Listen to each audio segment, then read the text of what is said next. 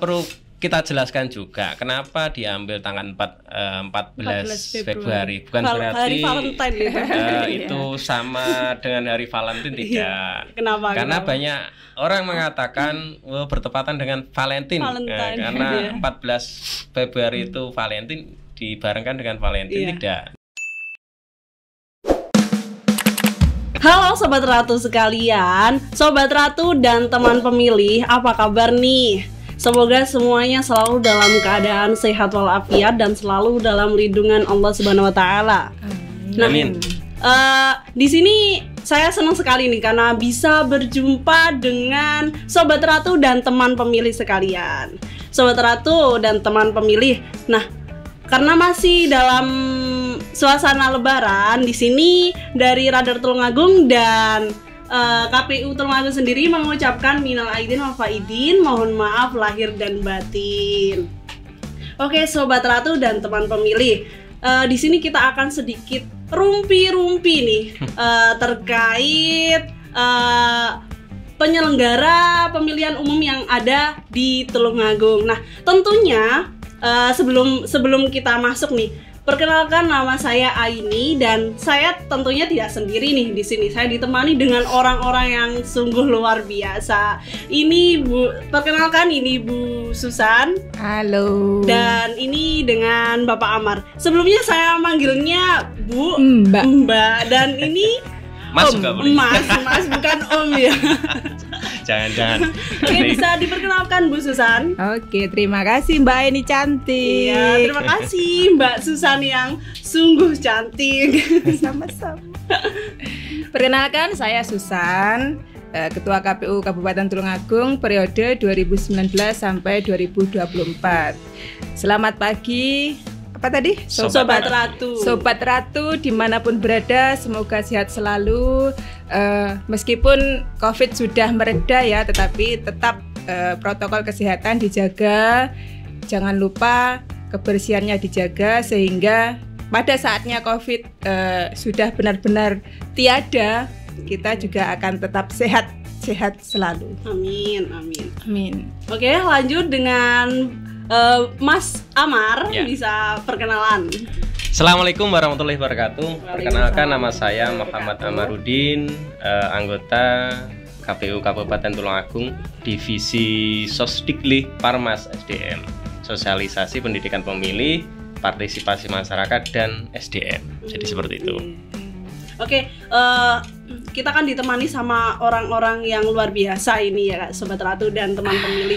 Nah, sebelumnya kita mau kilas balik nih, kita kilas balik sebelumnya nih untuk Mbak Susan dan Mas Amar nih.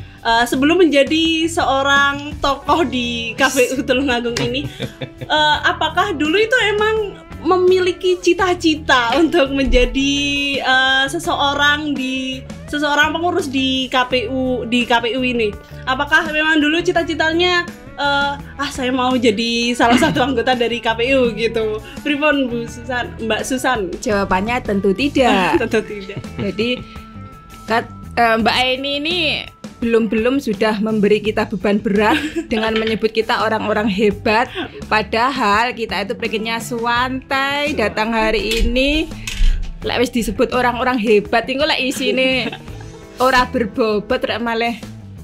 Tapi memang orang yang luar biasa loh.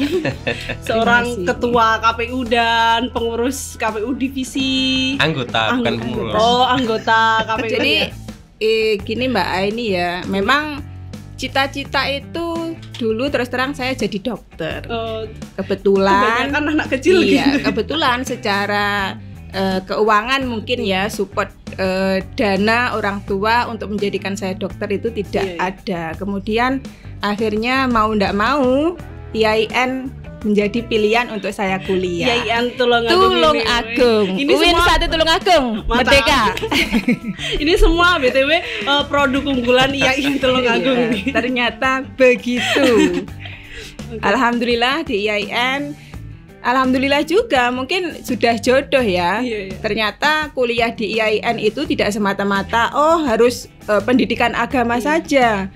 di sana komplit, ternyata lebih komplit mungkin daripada universitas yang lain yang hanya mungkin bisa mendapatkan ilmu umum saja. Tetapi kita di IAIN itu komplit, ada agama, ada umum juga. Jadi alhamdulillah teman-teman mahasiswa yang masuk di IAIN, saya merasa panjenengan semua adalah orang-orang yang sudah di jalan yang benar.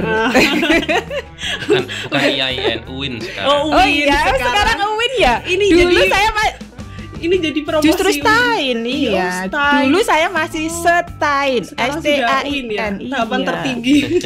Oh my god, ternyata terlihat tua sekali saya. Oke. Untuk Mas Amar sendiri nih, dulu cita-citanya jadi dokter atau arsitek atau apa nih? Atau emang tujuannya jadi anggota KPU? Iya. Jadi hampir sama apa yang disampaikan sama Bu Susan. Jadi tidak ada terbesit nanti atau sekarang jadi anggota KPU, tidak ada. Ya kembali lagi kepada apa ya namanya istilahnya. Kalau dulu pengennya sebenarnya pengen jadi hakim sesuai dengan ijazah S1, S2-nya seperti gitu itu. Ya. Pengen jadi hakim atau panitera dan sebagainya. Tapi karena memang kondisi yang tidak memungkinkan akhirnya ya itu jadi. Sebelum terjun nih di dunia penyelenggara pemilihan, apakah pernah terbesit di pikiran Mas Amar dan Mbak Susan? Mohon maaf Mbak Susan, pernah terbesit pikiran untuk konsep pemilihan yang demokratis itu seperti apa sih gitu? Konsep, jangankan konsep, kita jadi penyelenggara aja belum pernah terpikir sebelum memang kita, kebetulan saya dengan Mas Amar ini sama-sama tergabung menjadi penyelenggara itu sejak tahun pemilu 2014, di mana rekrutmennya sudah sejak tahun 2012. Nah, setelah itu kita baru menyadari, oh ternyata menjadi penyelenggara itu kok sangat asik, menyenangkan, tantangannya besar, tapi bisa dikerjakan dengan banyak dinamika yang membuat kita itu tidak bosan, karena kita tidak hanya bekerja di dalam kantor saja, tetapi di lapangan bertemu dengan banyak orang. Itu yang membuat kita akhirnya meneruskan jadi penyelenggara di tingkat kecamatan, kemudian mencoba peruntungan menjadi anggota KPU di tingkat kabupaten. Mantap. Nah, untuk pemilu, ngomongin tentang pemilihan 2024 nih. Sebenarnya kalau untuk saya mewakili teman-teman yang masih buta kan KPU ya, kan masih banyak tuh kayak pemilu pemula. Nah, mungkin bisa dijelaskan sedikit nih terkait KPU itu apa sih gitu. Dan kayak divisi-divisi atau strukturnya itu kayak gimana begitu.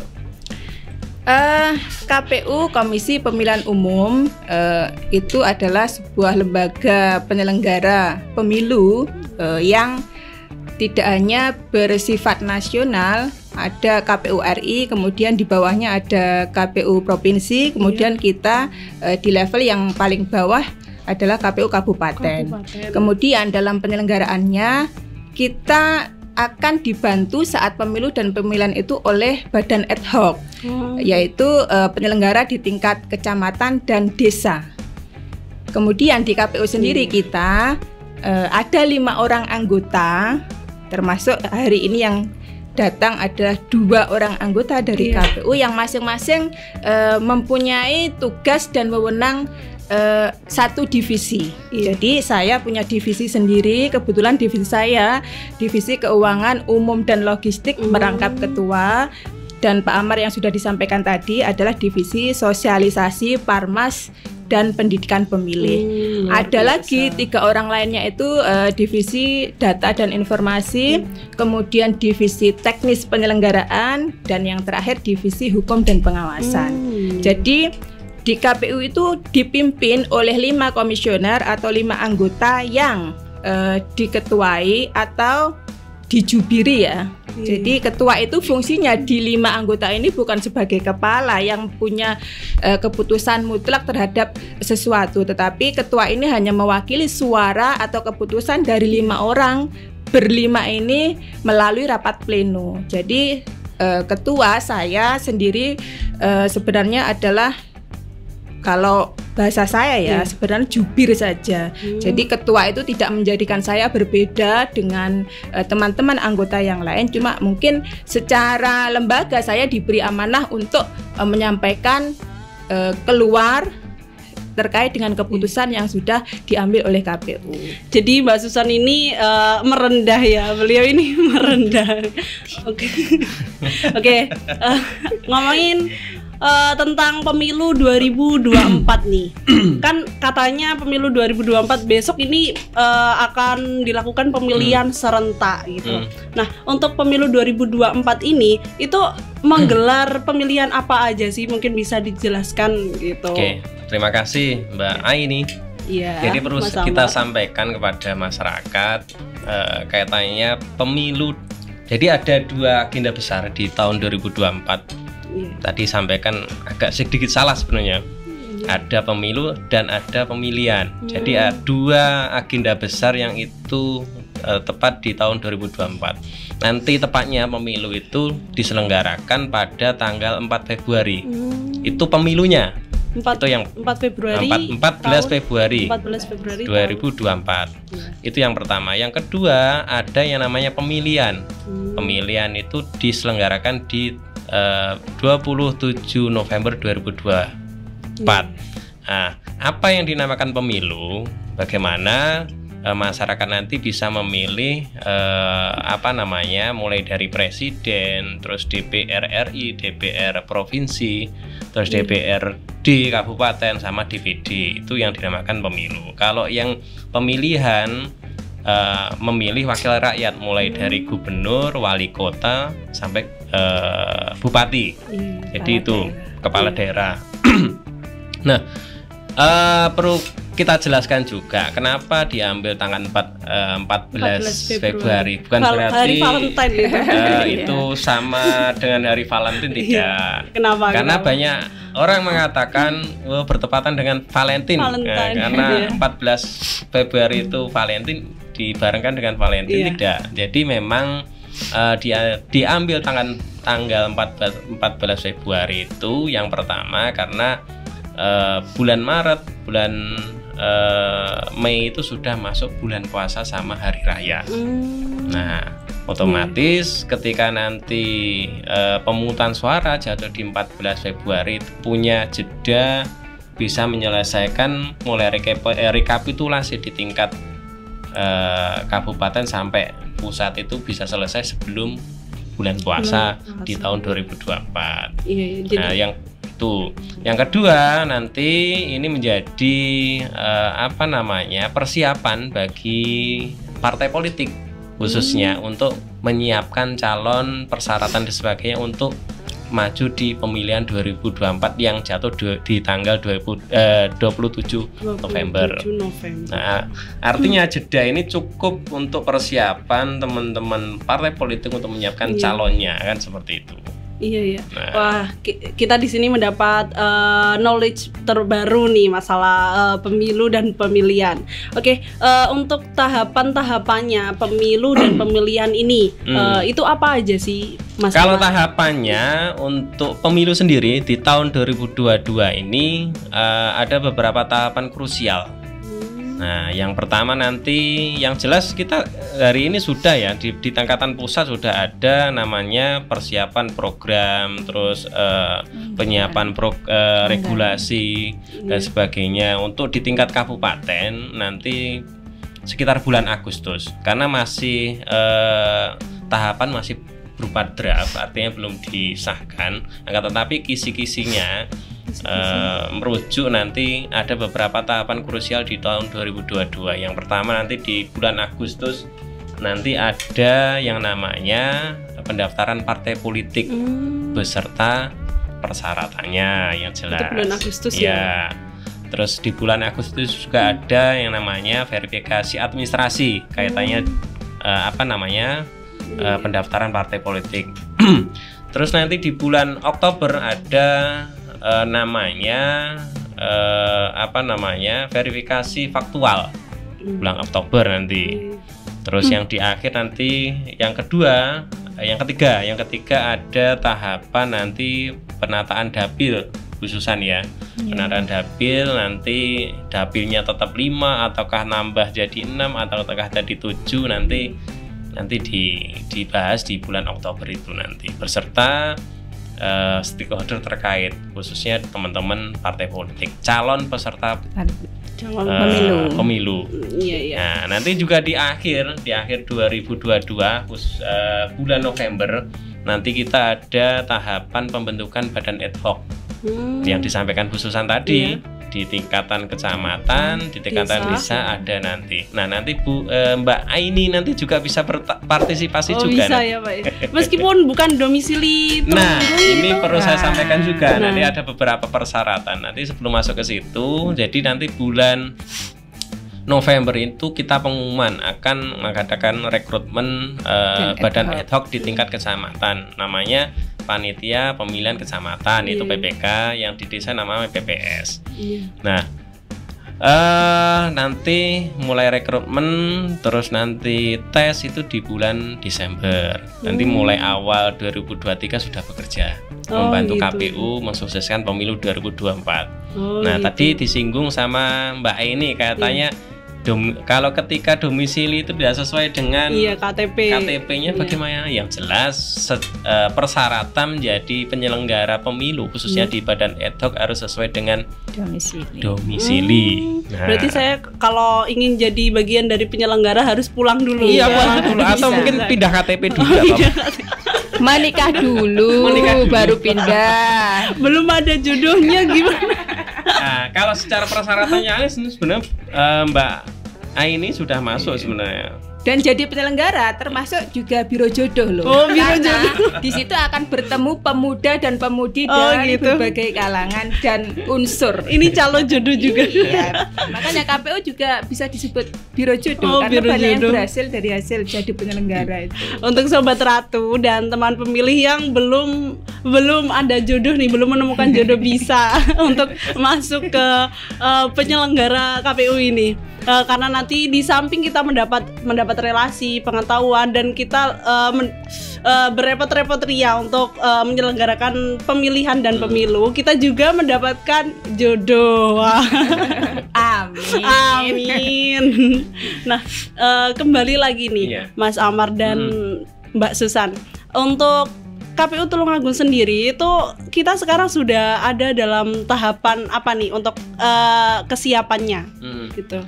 Yang jelas tadi sudah sampaikan beberapa sama khususan kaitannya persiapan dan kesiapan kita di tingkat kabupaten. Yang jelas ada beberapa kesiapan dan persiapan yang kita lakukan. Salah satunya kita juga melakukan koordinasi dengan beberapa stakeholder yang ada. Bagaimanapun kita perlu mengadakan koordinasi komunikasi jauh-jauh hari dengan mereka, khususnya dengan teman-teman calon peserta pemilu atau partai politik. Itu kemarin kita sudah roadshow di 13 partai politik. Nah, intinya bagaimana kita sama-sama mempersiapkan, sama-sama mensukseskan bagaimana nanti pemilu di 2024 itu bisa sukses. Nah, itu yang pertama. Yang kedua, kita juga melakukan koordinasi dengan Forkopimda juga, dengan pemerintah daerah juga, dengan dinas terkait juga, dengan teman-teman media juga melakukan koordinasi dan komunikasi. Bagaimanapun salah satu relasi kita teman-teman media ini cukup aktif dan cukup istilahnya proaktif lah. Bagaimana nanti informasi, sosialisasi tanpa bantuan teman-teman media kan tidak bisa belum maksimal kan, seperti itu. Jangkauannya tidak akan luas. Nah, Mbak Susan, ngomongin masalah pemilu nih. Ketika kita memilih itu kan kita harus dengan kesadaran untuk masyarakat yang mau memilih nih. Gimana sih masyarakat Tulungagung sendiri untuk menyadari kesadaran akan pemilihan? Apakah sumber daya manusia kita yang ada di Tulungagung ini sudah mumpuni dan sadar akan pemilihan itu penting gitu? Iya, mungkin sebelum jauh ke sana ya. untuk Sobat Ratu semuanya yang ada di Tulungagung khususnya, jadi sobat-sobat semuanya itu nanti bisa berpartisipasi di dalam pemilu itu dalam 3 hal. Pertama menjadi penyelenggara, kedua menjadi peserta pemilu, ketiga menjadi pemilih. Nah, untuk penyelenggara, contohnya sudah kami sebutkan, saya dan kawan-kawan, kemudian nanti ada rekrutmen badan ad hoc, kecamatan dan desa.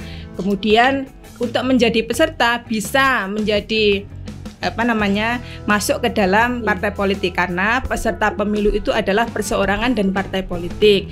Kalau mau jadi caleg baik di RI, provinsi, kabupaten itu harus ikut partai politik. Tetapi kalau menjadi kepala daerah, bisa presiden, gubernur maupun bupati, itu bisa jadi calon lewat perseorangan. Tanpa partai pun juga bisa, tetapi kemungkinan peluangnya akan jauh lebih berat daripada ikut partai. Jadi lebih baik kalau memang ada minat untuk menjadi peserta pemilu, silahkan mulai mendekat ke partai. Kemudian yang ketiga ini mungkin yang akan nyambung dengan pertanyaan Mbak Aini, bahwa ketiga adalah pemilih. Selain 2 penyelenggara dan peserta, pemilih ini menjadi salah satu, bisa dikatakan urat nadinya pemilu. Jadi pemilu itu diselenggarakan untuk menyediakan tempat atau wadah bagi seluruh pemilih. Makanya KPU jauh-jauh hari ini, bahkan ini kan belum dimulai. Coblosannya itu masih 2024. Kenapa hari ini kok sudah mulai tahapannya? Nah, itu salah satu cara KPU bagaimana menyiapkan bahwa termasuk menyusun daftar pemilih itu harus benar-benar dilakukan sedemikian rupa sehingga suara pemilih ini nanti benar-benar semuanya terakomodasi. Nah, terkait dengan apa tadi Mbak? Upaya bagaimana pemilih itu punya kesadaran memilih pilihannya. Tentu dengan divisi sosialisasi Parmas dan SDM ini akan nanti concern ke sana. Di samping itu, hubungan kami dengan media termasuk kita datang ke Radar hari ini juga menjadi salah satu upaya kami untuk memberi kesadaran kepada para pemilih atau calon pemilih agar memang benar-benar pertama sadar dulu, oh ini ada pemilu loh. Kemudian kalau sudah sadar, saya harus ngapain kalau sudah ada pemilu? Apakah saya diam saja atau saya ikut berpartisipasi? Jawabannya wajib berpartisipasi kalau memang kita menjadi warga negara yang baik. Selain tiga tadi, menjadi pemilih adalah memastikan bahwa kita mau datang ke TPS. Jadi begini Mbak, kadang-kadang kita itu tahu pemilu dan tahu siapa yang akan dipilih, tapi kita sendiri enggan datang ke TPS. Itu yang pertama, kita mengusahakan bahwa kesadaran pemilih itu benar-benar besar sehingga pada hari H nanti mau datang ke TPS. Itu yang pertama. Yang kedua tentu lewat sosialisasi kita mulai awal sampai akhir tahapan nanti, ya tujuannya supaya pemilih ini punya gambaran yang jelas tentang apa yang akan dipilih, siapa saja calonnya, terus bagaimana track record mereka. Karena di tahapan nanti akan ada tahapan kampanye di mana di sana nanti akan disampaikan visi misi, terus mereka secara keseharian seperti apa, terus kalau sudah jadi pemimpin kira-kira akan seperti apa, itu tahu semuanya. Jadi banyak pilihan dan fasilitasi dari KPU agar kesadaran pemilih nanti insya Allah ya mudah-mudahan seperti yang diharapkan bisa besar. Karena apa? Kadang kaum muda itu apatis dengan pemilu maupun pemilihan. Mereka aku ora milih, aku milih sama tidak milih podo wae gitu loh. Siapapun jadi terserahlah. Enggak pengaruh sama dengan hidupku. Begitu memang teman-teman saya.